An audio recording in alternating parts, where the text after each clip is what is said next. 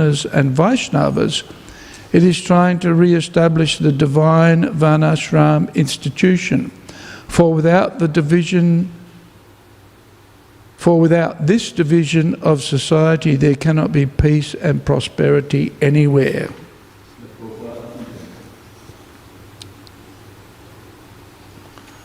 Oma Ganatimirandasya Gananjana Shalakaya Chakshu Unmilitam Jena Tasmaye Sri Guruve Namaha Sri Chaitanya Manobhishtam Stapitam Jena Bhutale Swayam Rupa Kadamayam Tadati Sva Padantikam Mukam Karoti Vachalam Pangum Langayate Gurim Yat Kripa Tamaham Bande Sri Gurum Dinataranam. Okay, so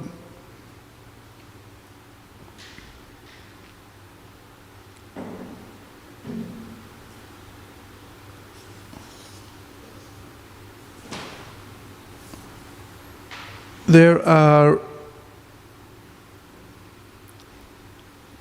three kinds of work mentioned in the second chapter of the Bhagavad Gita.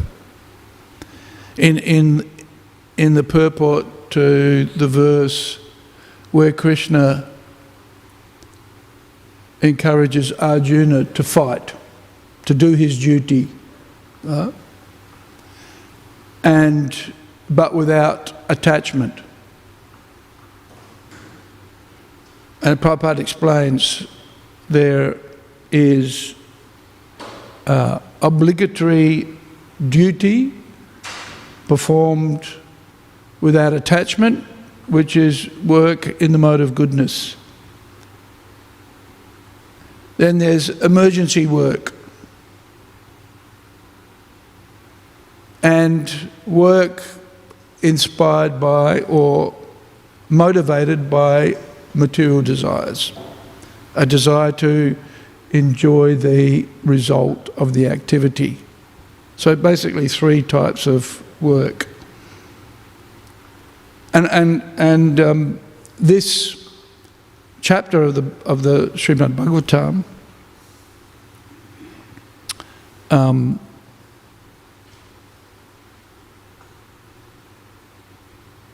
outlines pretty much those duties, right?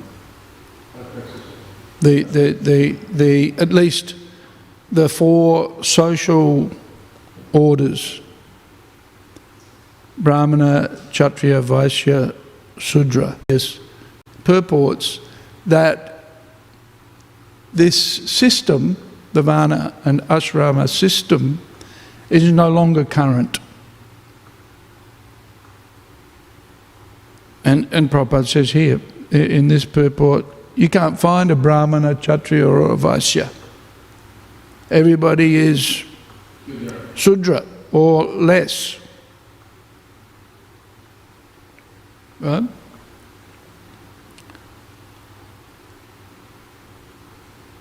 And it's very interesting. In the beginning of this chapter, 5th verse, 6th verse, 7th verse, I think,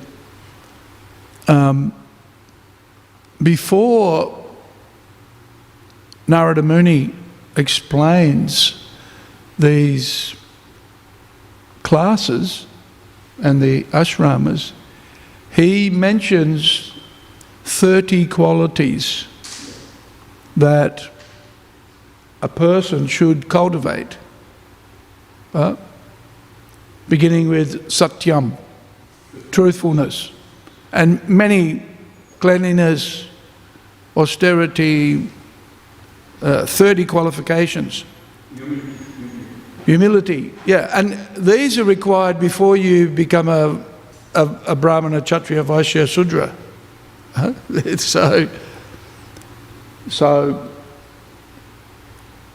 And Prabhupada makes the point that the only way really that somebody can develop these good qualities is through the practice of bhakti, through the practice of devotional service. So, because this age is one of degradation, basically, and disqualification, the symptoms of Brahmanas, Kshatriyas, Vaishyas and Sudras is all mixed up, or just completely lacking. These 30 qualifications are not found in human society. And so because of that situation, it's an emergency. Right? It's an emergency. So there's the 3 types of action. Obligatory duties, emergencies, right? And emergency activities, where ordinarily the obligatory activities, the obligatory requirements would set the norm of social activity, because everything is in the Kali Yuga, everything is disturbed. It's chaos, effectively. It's chaos. Anarchic. So, therefore, Prabhupada says in the purport to verse 17 that there's a need to train anybody in the principles of spiritual cultivation, because if we're to develop these 30 qualifications of a human being effectively, which come before identifying an individual being a Brahmana, Kshatriya, Vaishya or Sudra, or as is often the case, a mixture of these characteristics or a mixture of these qualifications. Therefore, because that structure and that order of society, and especially the cultivation of spiritual knowledge, spiritual acumen, the ability to be able to identify what is right and what is wrong, right? To know what to do and not what to do, which are symptoms of the mode of goodness. Really, what's missing in society is a cultivation of, a development of the qualities of sattva, right? Of goodness. But in the Kali Yuga, we can see most people are consumed by passion and ignorance, right? And their activities are motivated basically by what's in it for me, right? What's in it for me? And there's no proper understanding of how to satisfy oneself by the performance of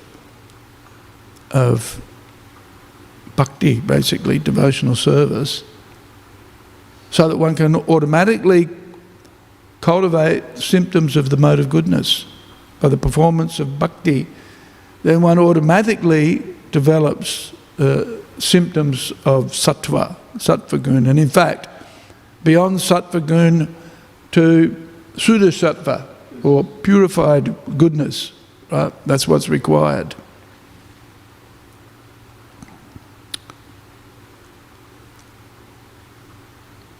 And so, very difficult.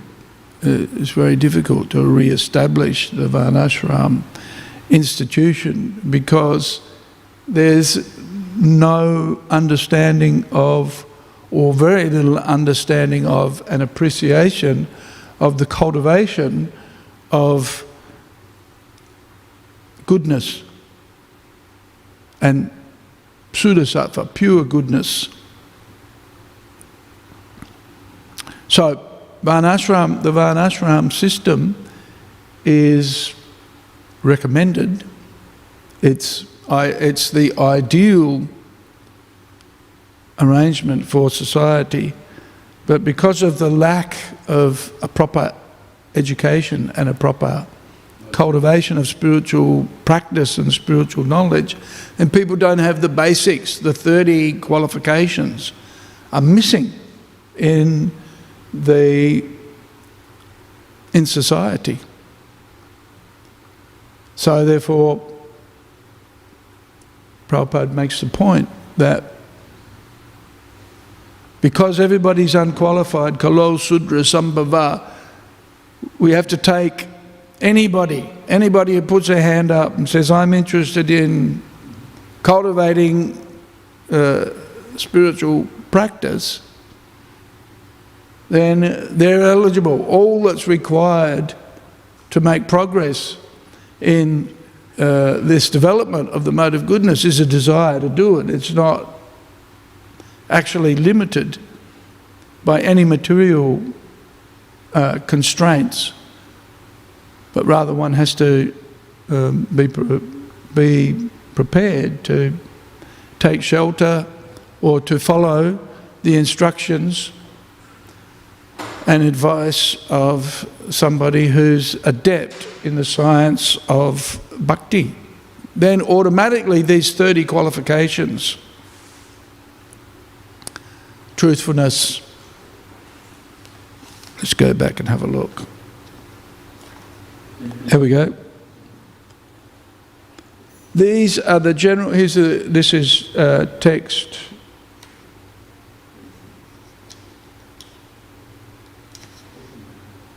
Eight, starts with 8 and goes to 12 and describes 30 qualifications. Truthfulness, mercy, mercy, being kind to others. Austerity, and basically Prabhupada describes austerity for humans is fasting, right? Fasting on Ekadasi, that's the austerity.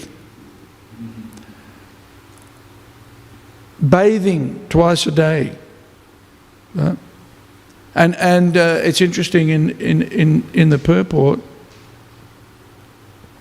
Prabhupada talks about external and internal cleanliness, right?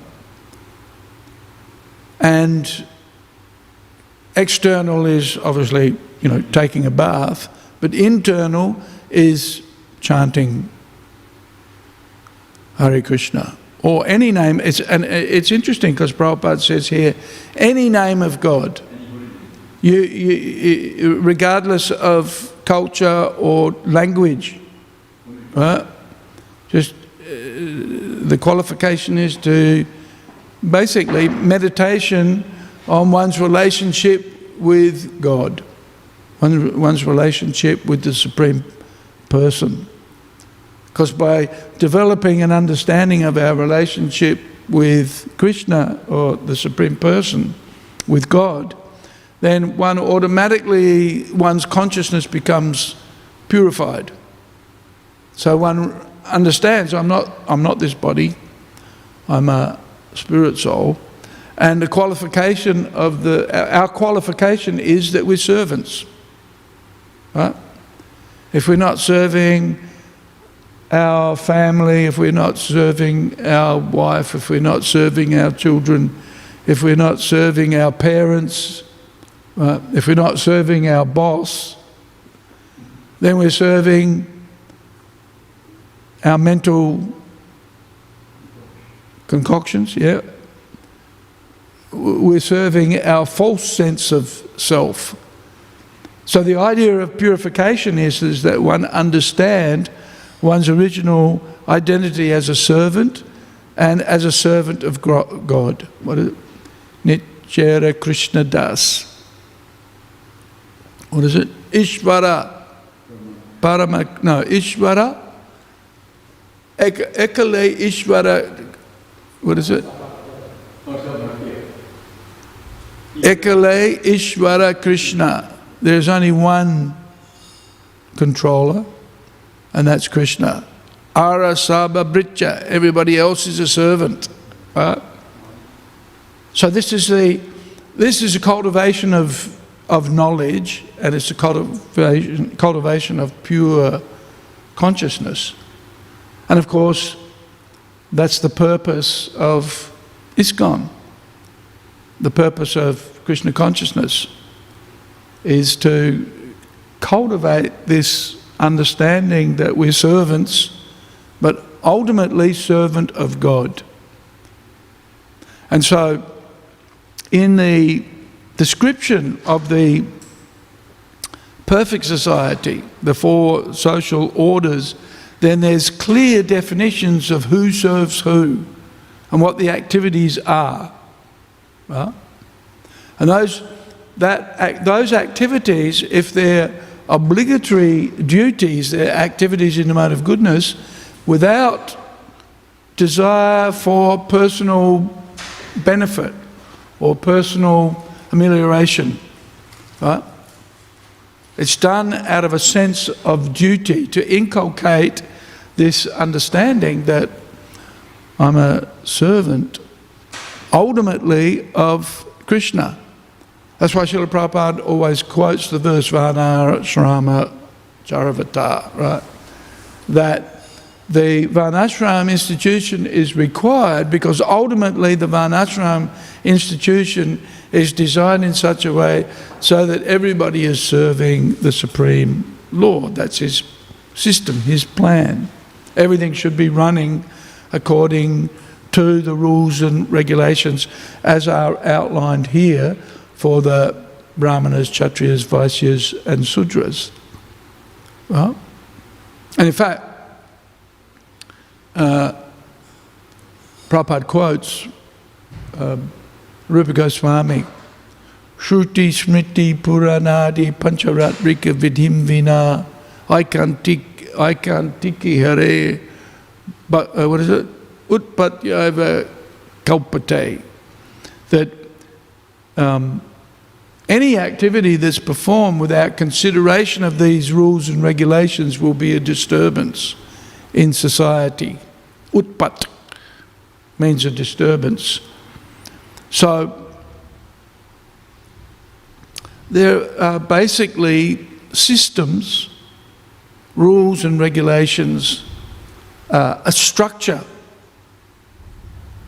with very detailed definitions of how society should be ordered, both from a collective point of view but also from an individual point of view, so that these 30 qualifications of an individual naturally manifest in the character of the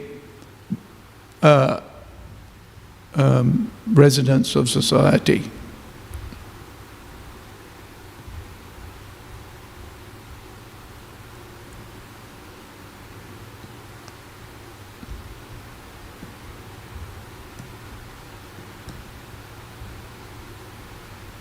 And so we see the cultivation of Brahminical culture within ISKCON effectively, right? Because automatically these characteristics, the mode of goodness, is predominant within those who are practicing Krishna consciousness, and the emergence of these qualifications become naturally observed.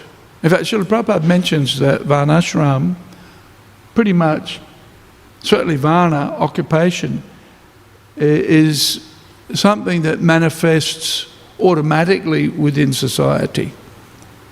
People naturally inclined to study, education, cultivation of knowledge will manifest Brahminical qualifications. And the administrators will naturally be attracted to management, administration, ordering the affairs of society. and the Vaishyas, the business, mercantile class, will naturally be attracted to those activities. So with the cultivation of spiritual practice and with the development of that spiritual practice and the cultivation of devotional qualifications, then automatically the natural characteristics of a person to work or act will become obvious, will naturally manifest. And so we see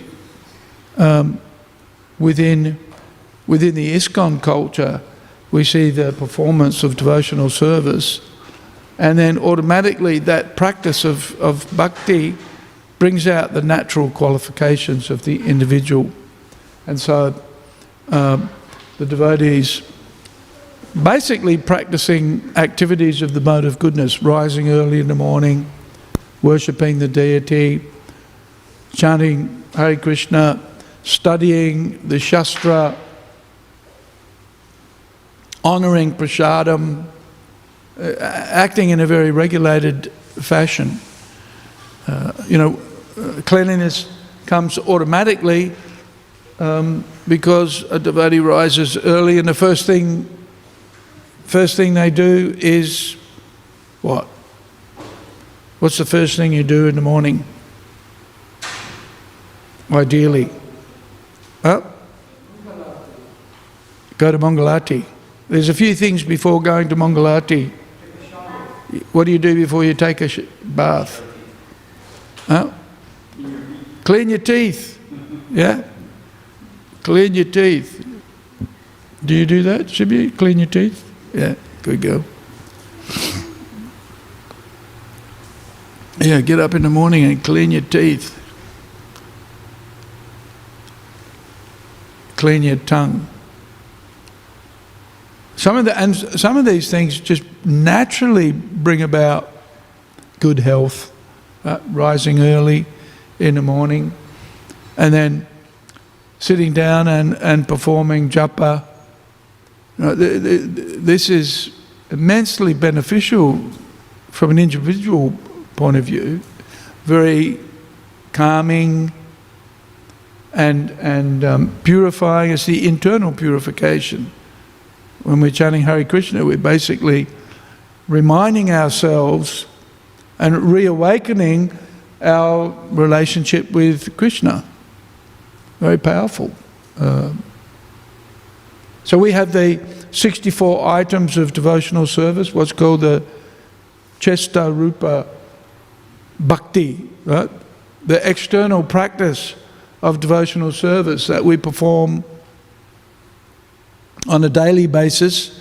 Basically the 64 items of bhakti that are mentioned by Rupa Goswami in the Bhakti Rasamrita Sindhu, right? The Nectar of Devotion, outlines the practices, the external practices, right? But along with the external practice is also the Bhavana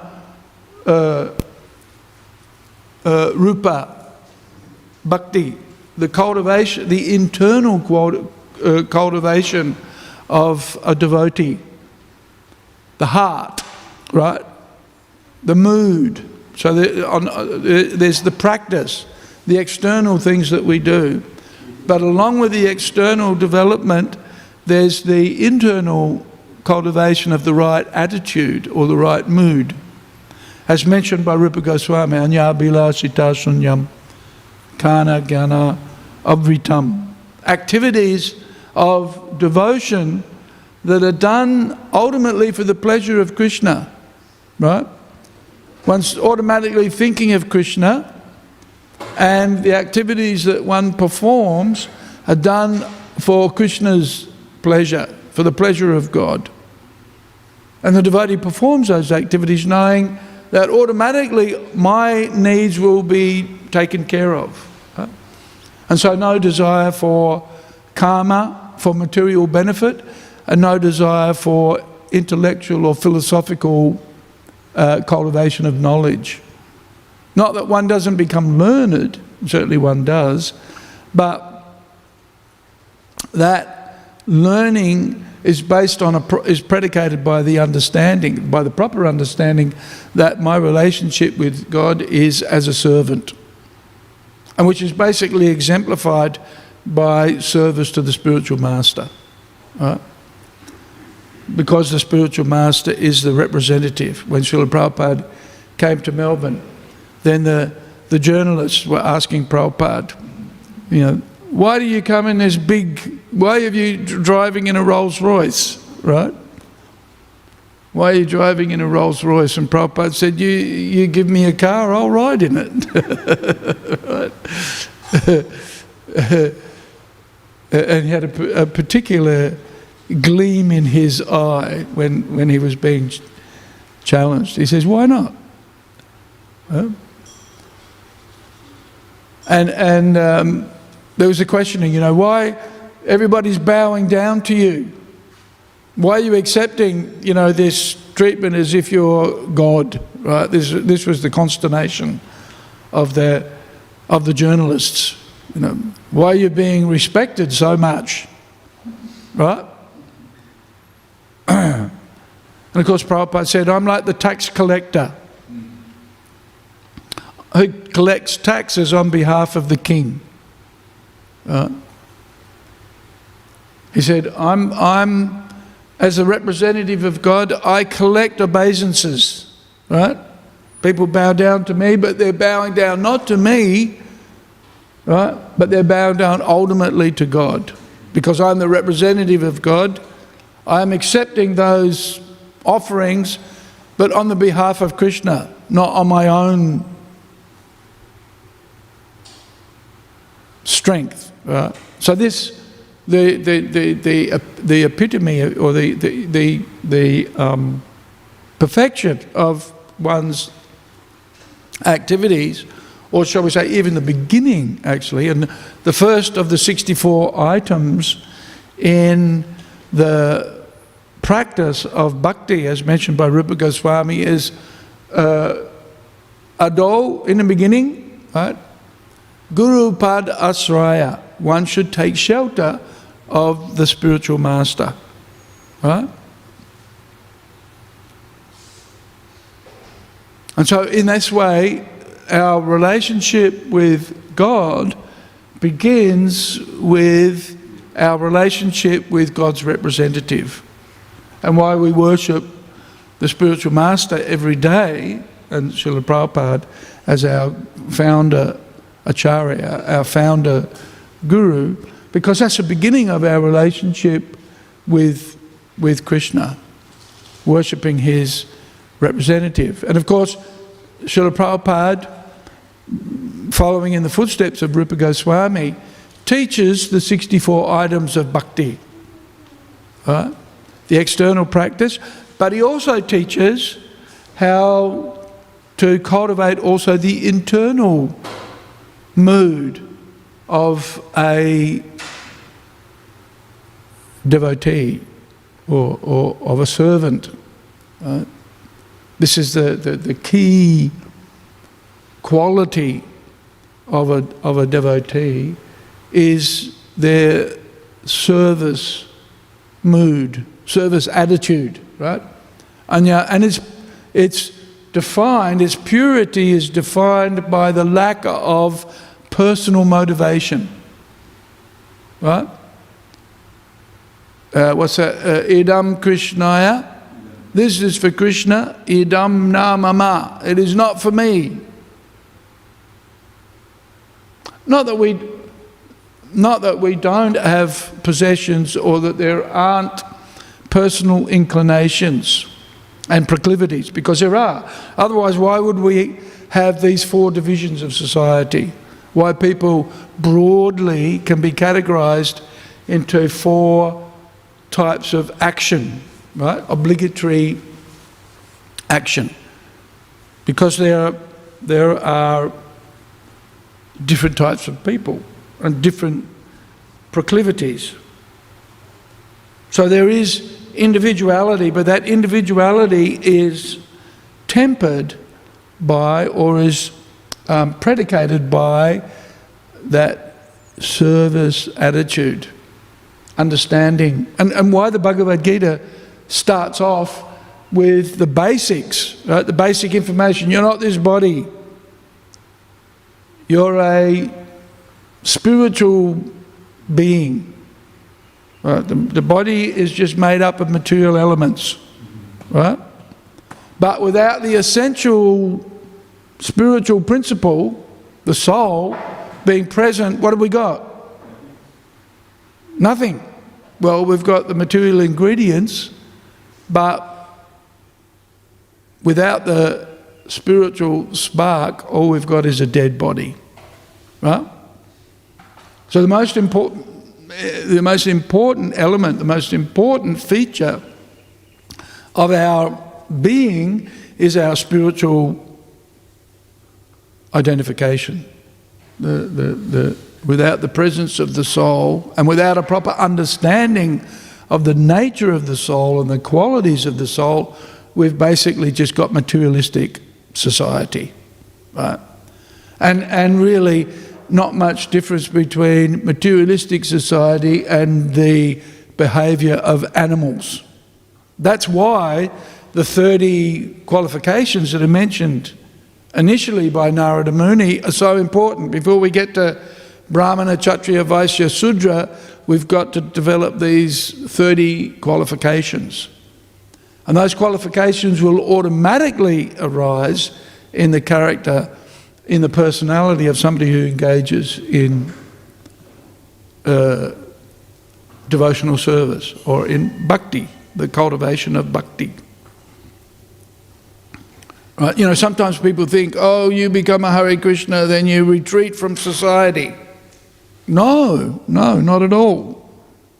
Right? Not at all. That's the message of the Bhagavad Gita. You know, that Krishna is actually encouraging Arjuna, you have to do your duty, right? But the key feature is with detachment. That's why the 18th chapter of the Bhagavad Gita is so important. The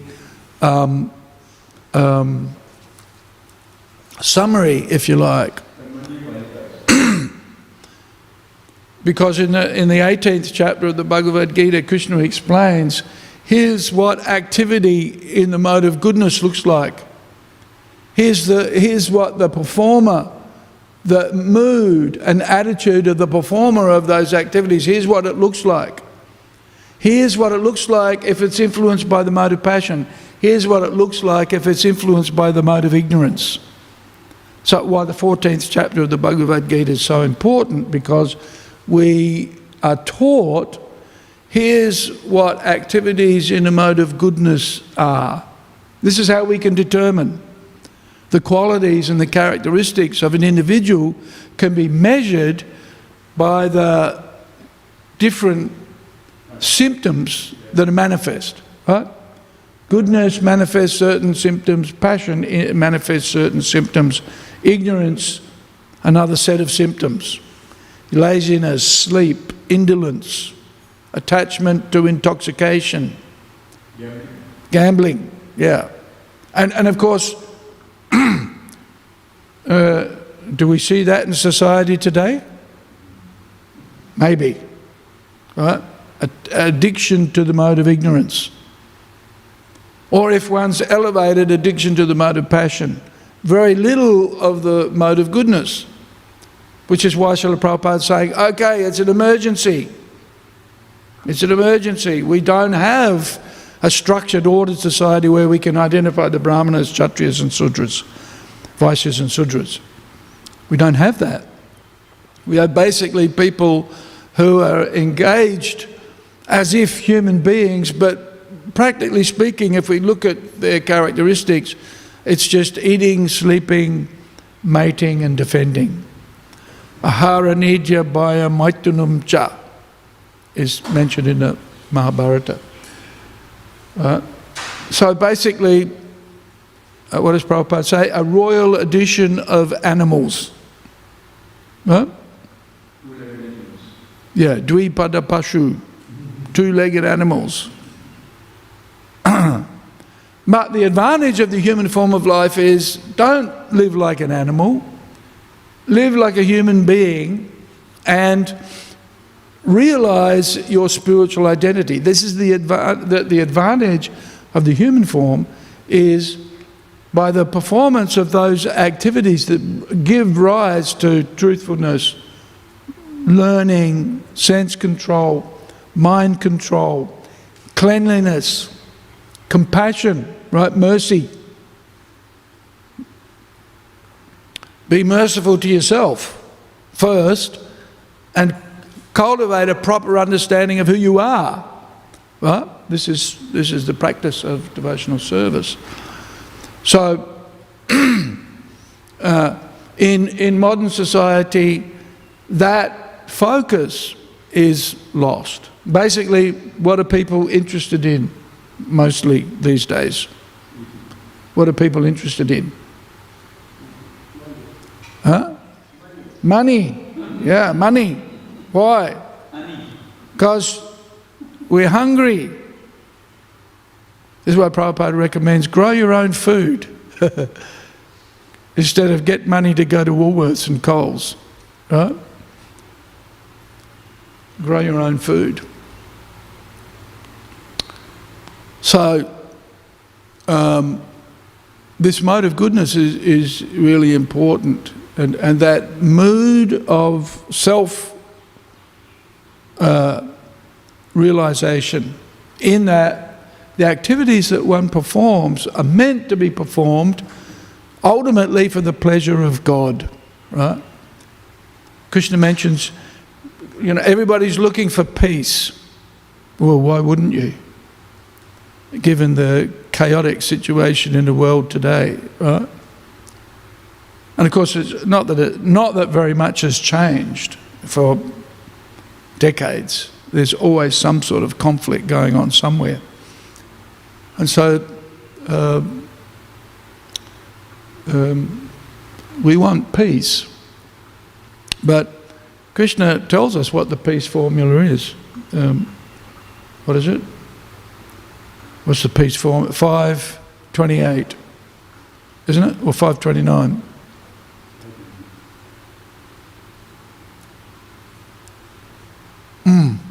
Can't remember. What's the first line of that verse?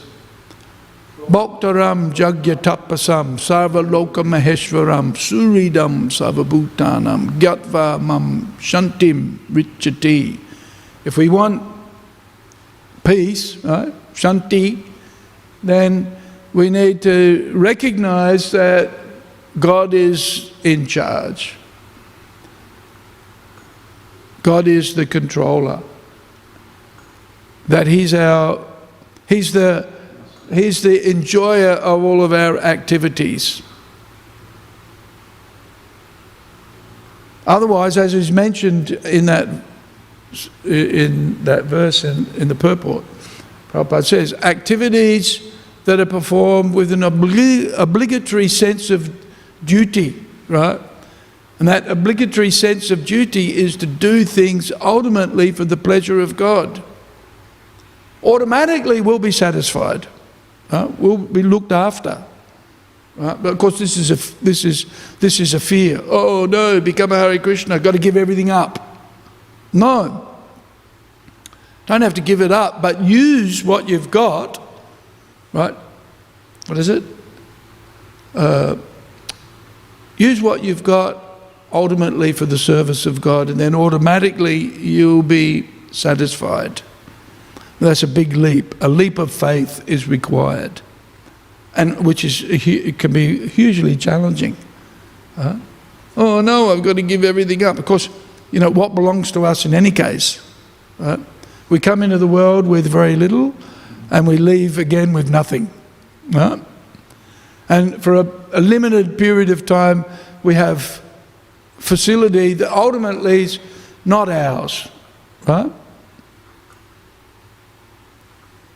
We just have this false sense of identification and of possession.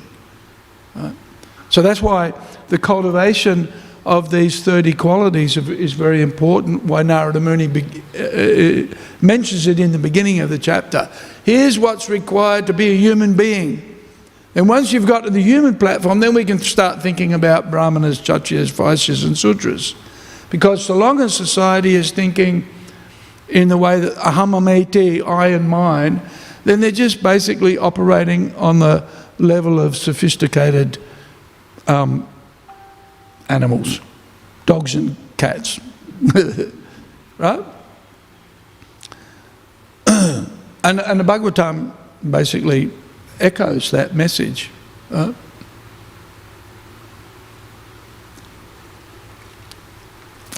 So it's an emergency because the qualifications are not there. The selfishness is predominant motivation.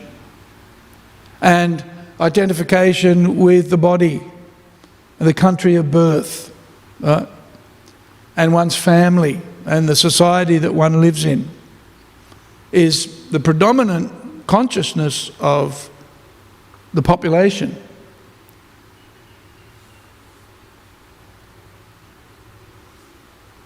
When Prabhupada was challenged, actually, he said, "Why have you come here?"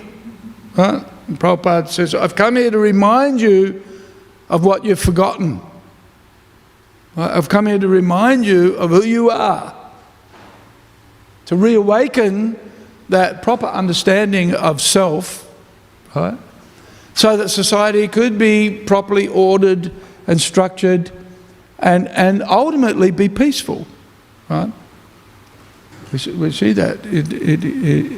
A devotee is encouraged to still participate in society, to act basically under the guidelines of the social structure that's recommended by Krishna, and that will automatically then bring about peace and tranquility within society. Of course, we're in a material world, so Jamma Mrityu Jara Vyadhi, there are always going to be problems, right? But one will be able to tolerate the first, pretty much the first.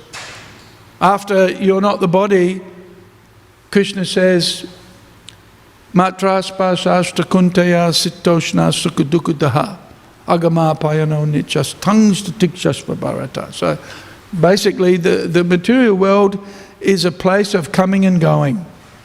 It's never stable. There's always upheavals in the material world. It's designed like that so that we'll learn there's got to be a better option, right?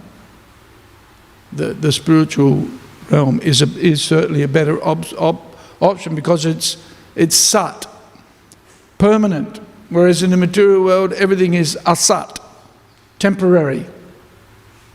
And because of our identification with that with the temporal nature, we're pretty much asat, in ignorance, achit, and nirananda. So we look at our desire ultimately is satchit ananda. We want to be situated in our eternal, knowledgeable, blissful position. We want to be happy. Anybody here who doesn't want to be happy? Raise your hands.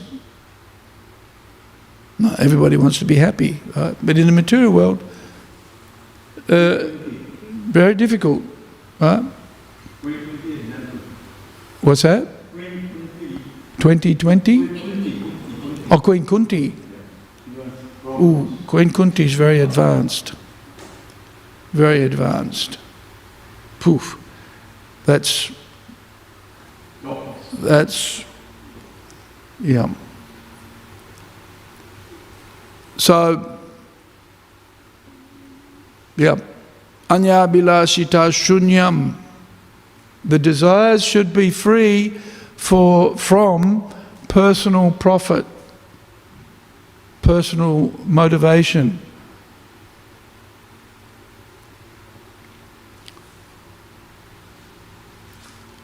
But with an understanding that one's personal needs will also be taken care of. Bhaktaram jagyatapasam savaloka maheshwaram suridam. Suhrit, Krishna is our best friend. Sarvabhutanam, of everybody. And even though he requires some surrender, that's really a proper recognition of reality.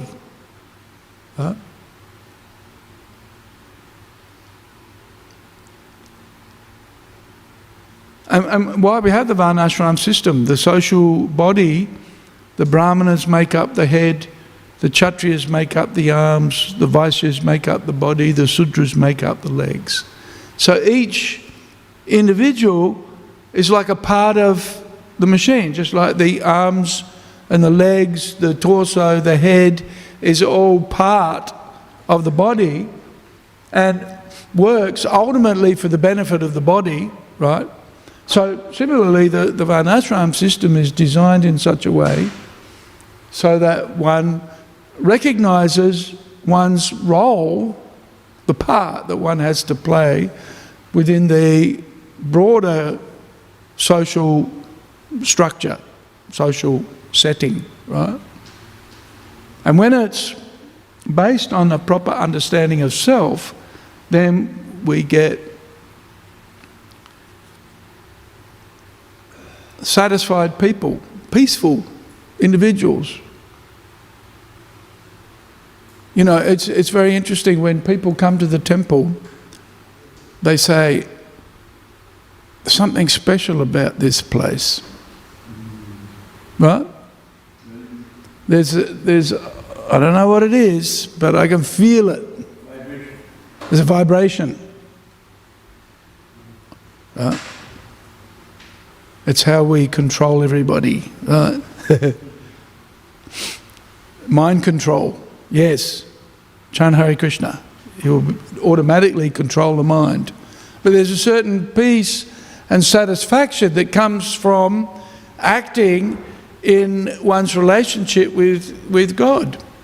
It automatically engenders calmness and peacefulness and satisfaction that can be felt when people come into the temple. And that's that connection ultimately with Krishna.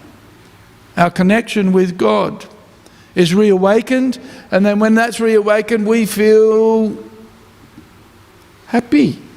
Huh? Otherwise, why do we come to the temple? If you go to a Hare Krishna temple, what happens? Usually. Huh? What's that?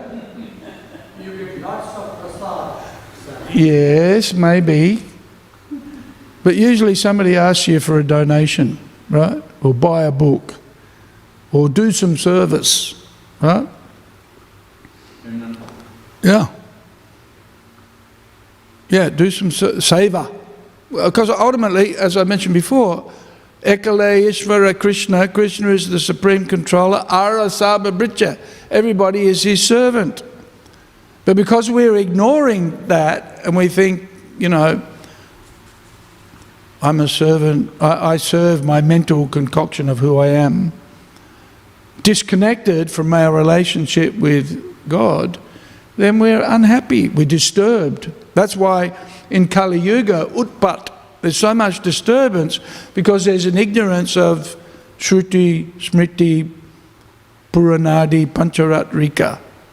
Vidhim, the rules, Vina, without. Right?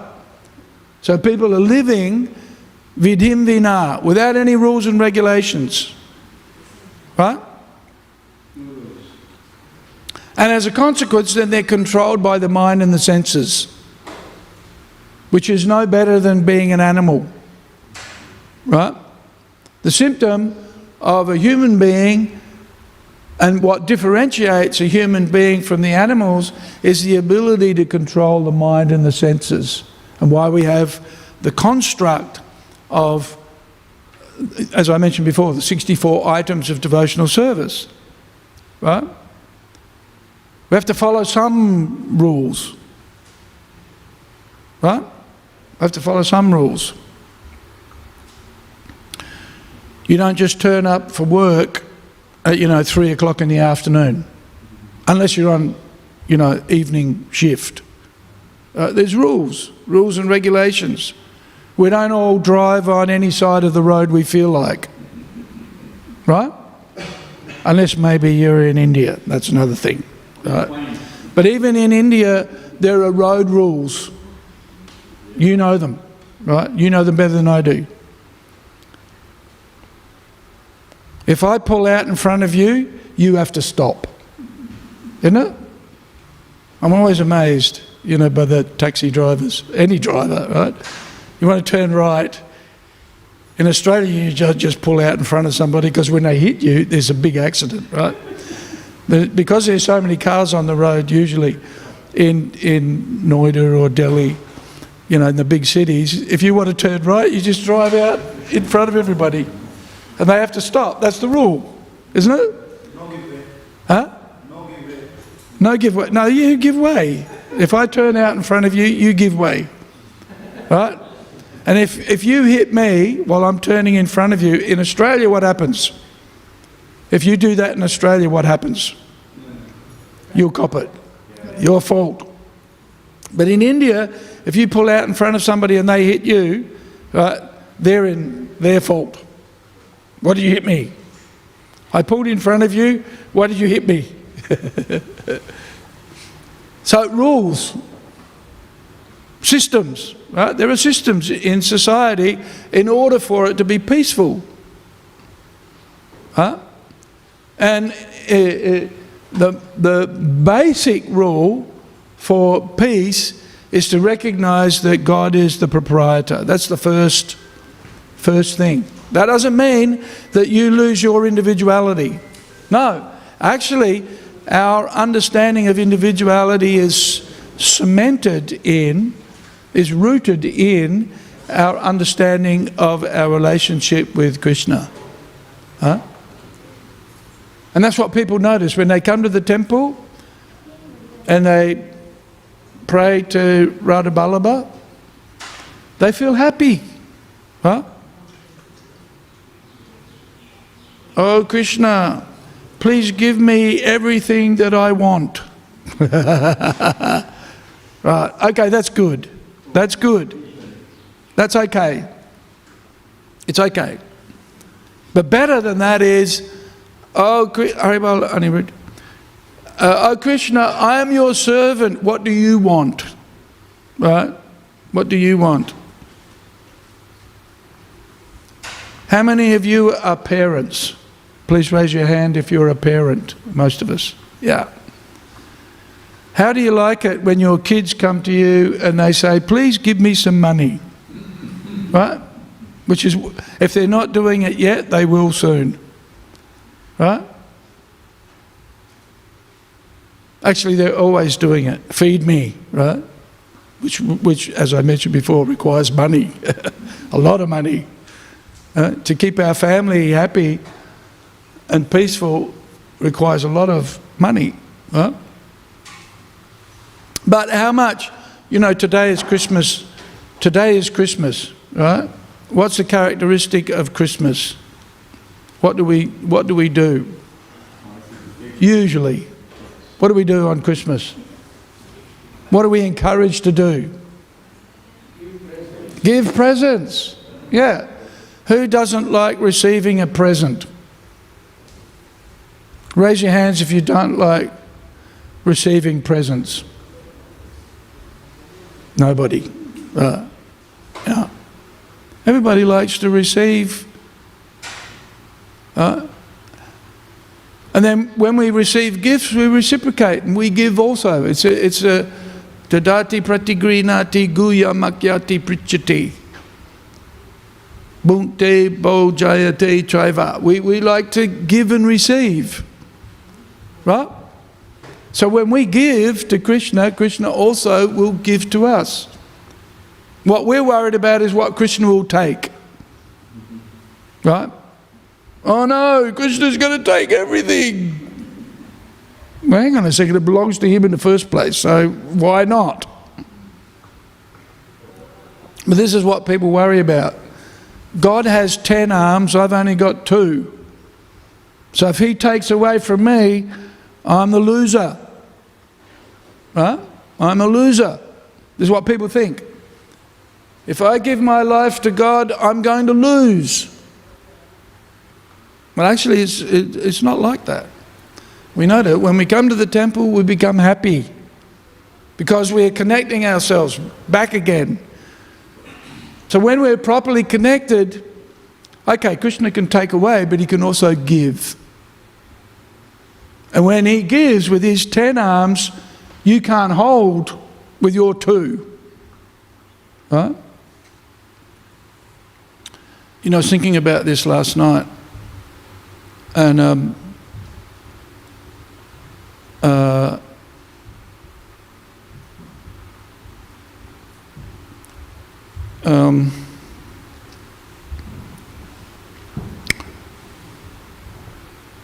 in relationship to, one of the devotees is getting married, right? Or he wants to get married. But the girl's parents are worried, right? You're a Hare Krishna. How are you going to look after our daughter? Eh? Yeah. You're a Hare Krishna. How are you going to look after our daughter? Because everybody knows if you serve God, then he takes everything away. Right? So I was thinking about that. And then I was thinking, I joined the temple in 1978. All of that time, I've lived in Albert Park. Right? Now, Albert Park is one of the richest suburbs of Melbourne. Right? Posh. Yeah. So I joined, Krishna took everything away, right? I was a long-haired hippie, so Krishna took away my jeans and my hair. Actually, I've lost my hair anyway. Time factor takes away your hair, you don't need to worry about that. But really, you know, if you looked at my life, you know, my mum and dad were worried, not worried, were unhappy that I didn't get a degree. Well, I went to university, but I gave it up. I was not happy, not satisfied. And it wasn't until I joined the temple that life made any sense to me. But if you looked, and my 2 brothers, younger brothers, both graduated and had successful careers, right? My youngest brother is a barrister, still active, and the younger, not the youngest, he's retired now, but he worked for the Auditor General in South Australia, was head of his department there. So, you know, successful, but the son who gave his parents the most entertainment was me, because I did so many different things, right? And lived in Albert Park. You know, if you tell people, where do you live? You say Albert Park, Victor, they go, ooh, Albert Park, ooh. So, even though, yes, Krishna took away from me, at the same time, he gave me so much, right? So much. And all of us who are devotees haven't stopped living. Life didn't stop. Right? We've still got money in bank, maybe not very much money, but some money, and getting fed and looked after. So, very interesting. So those 30 qualifications, they're really the crux of building human society. Is certainly Brahmana, Kshatriya, Vaishya, Sudra is important. But whilst people are behaving like animals and they've lost their connection with their spiritual identity, the Varnashram structure is hollow, right? Its real purpose is not being met. The purpose of ordering and structuring society is meant to help us realize our true potential, who we really are. That we're not this material body, but that we're the spirit soul that makes it go. That's the most important part. And if we're ignorant of our spiritual identity, then we're just like an animal. No different. No, practically speaking, as Prabhupada says, royal edition of the animals, polished animal. Right? As the Bhagavatam said, what is it? Hogs, dogs, camels and asses. So that's what we're like. If we're not taking advantage of the human form to cultivate our spiritual identity. And that's why we come to the temple. Why do we come to the temple? It makes us feel good. Why do we feel good? Because we're reconnecting to ourselves. Or we're connecting ourselves ultimately to God, to Krishna. Okay. Chant Hare Krishna. I think that's... Does that make sense? Yeah. Does anybody have any comments or questions? Mahatma Ji. Hare Krishna, Aniruddha Prabhu. Hare Krishna. Thank you, wonderful class. Very entertaining and instructive. As you said, Jive Swarubhai Krishna Nitya Das. Yes. We are eternal servant of Krishna. Yes. And why we come to temple is to connect with Krishna. Yes, that's and right. of course have Charnamritam, of course, at the end, Prasadam, wonderful Prasadam in Melbourne temple. Yes. That's again because of your mercy. Yeah. Your nice administration. And, you know, Prasadam is important because ultimately Prasadam is an extension of deity worship. That's right. Right? That's right. As we always say. And everybody, when we're engaged in those activities, then ultimately everything becomes prasad. So why we come to temple is association of devotees, then to read Śrīmad Bhāgavatam, chanting of the holy names, as we did Kirtan today, and deity worship, and the best way how to do deity worship. We are showing an example, exemplary deity and worship. I think, you know, well, for ISKCON it means topmost. Education. Preaching. Education. How much distribution of books this and that's why so much book distribution, because what's in the book? Prabhupada has given everything. Knowledge, learning. Knowledge. And a systematic understanding, cultivation of knowledge. And again, this is one of the 30 qualities or characteristics of a human, is to be learned, is to understand spiritual apropos matter. That's right.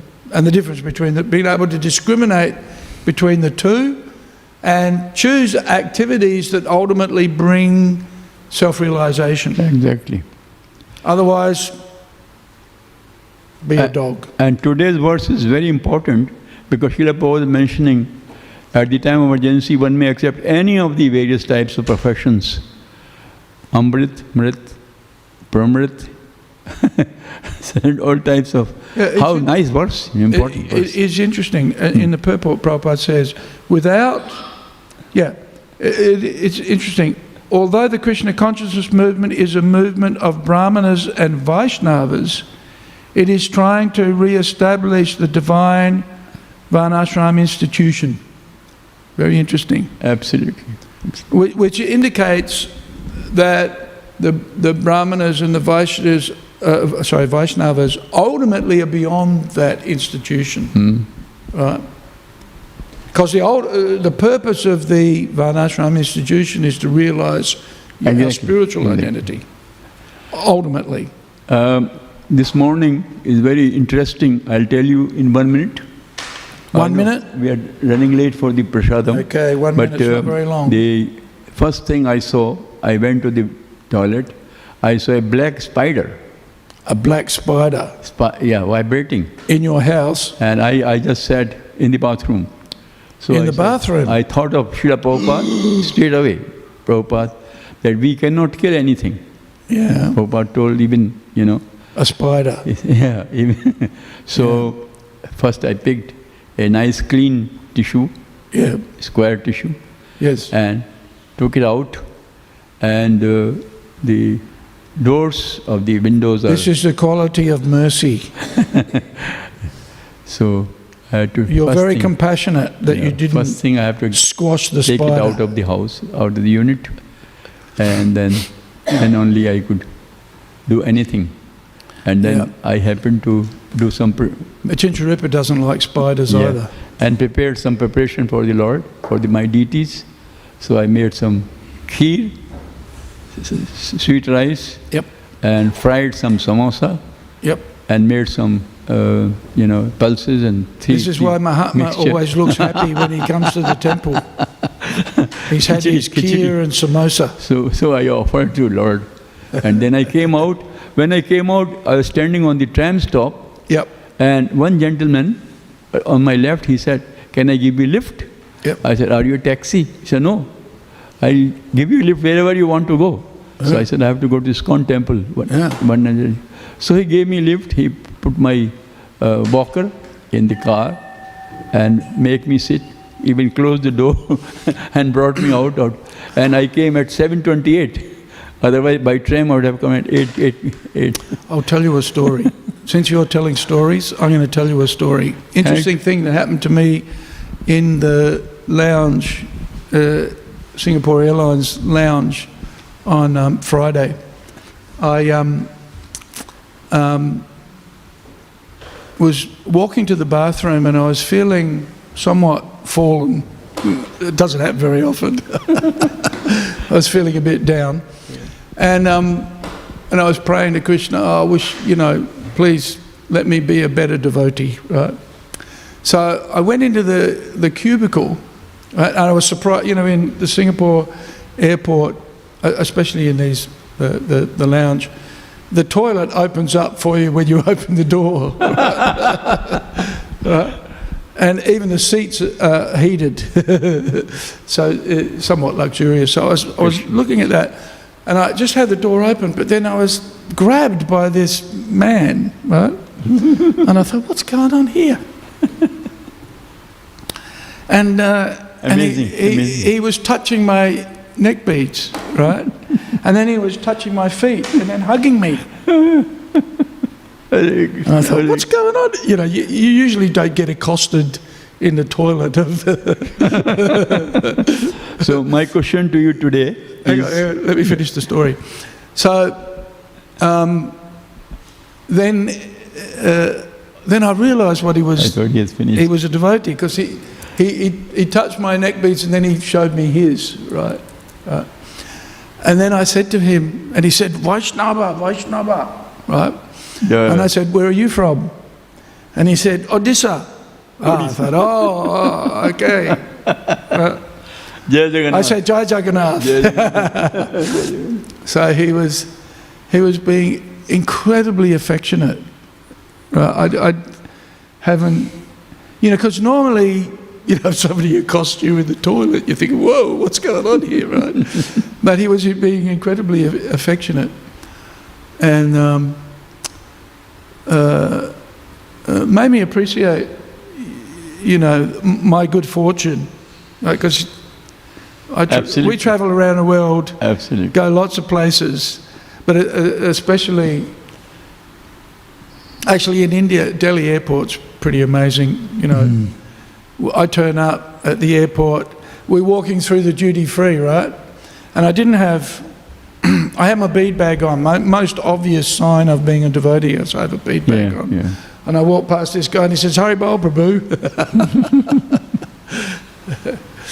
So, yeah.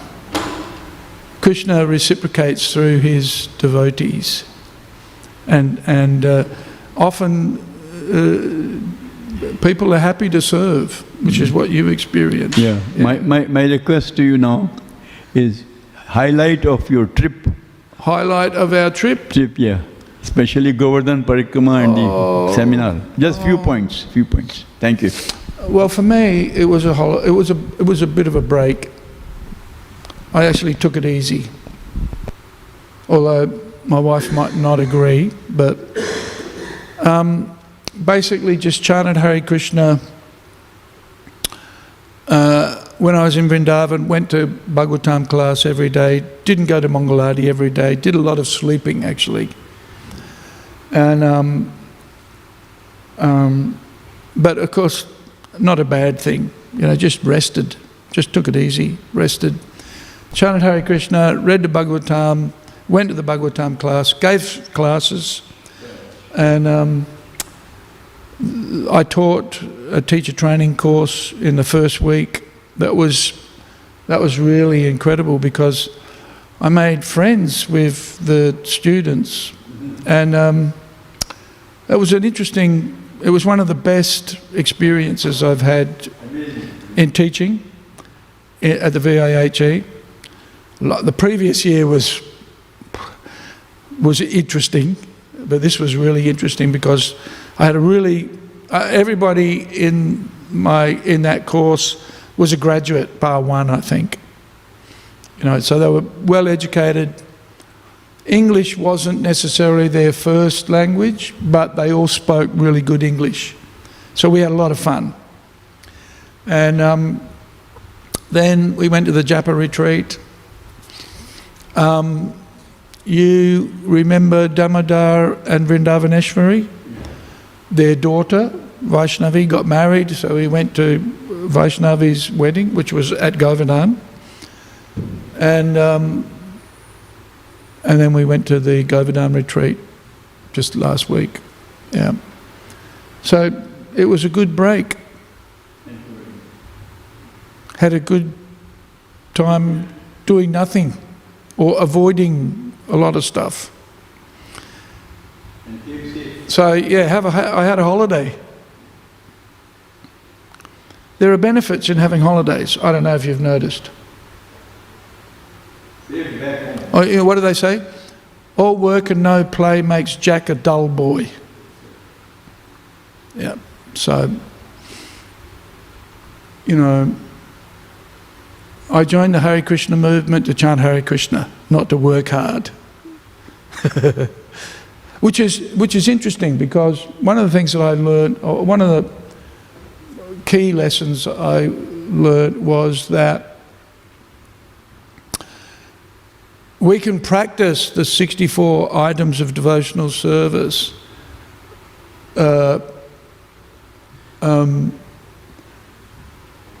and that's important. That's important. But without the internal cultivation, if we're just doing the externals and we're not cultivating our internal spiritual development, then we're missing the point in many respects. And as because now I'm a bit older, in your 30s, 40s, 50s, you just work hard.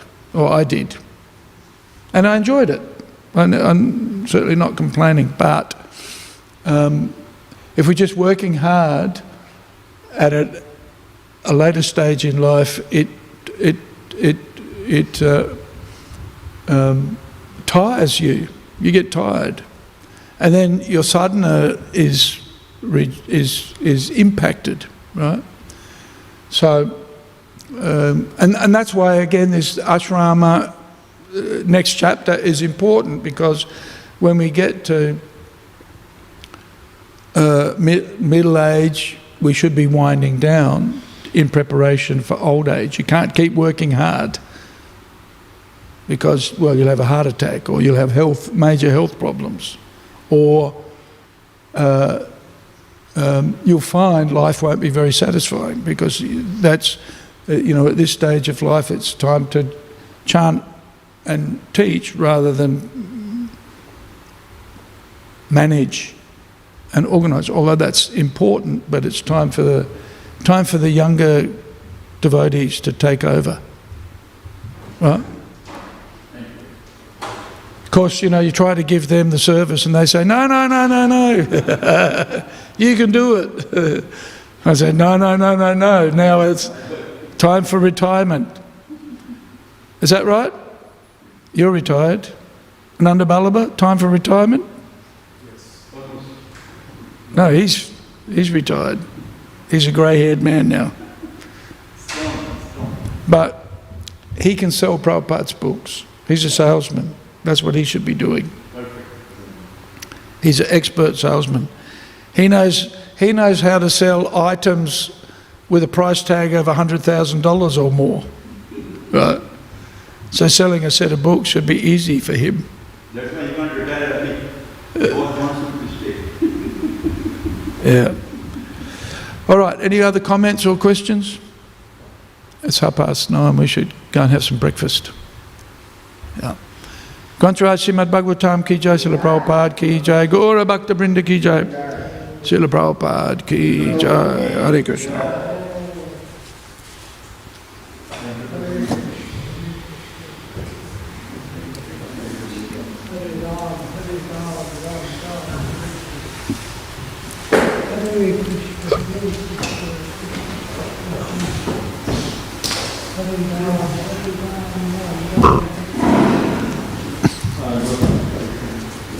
Hare Krishna.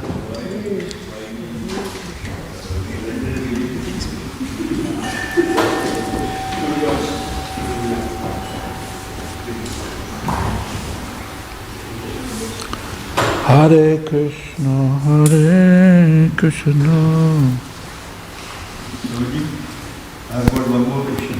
One more question? Yeah.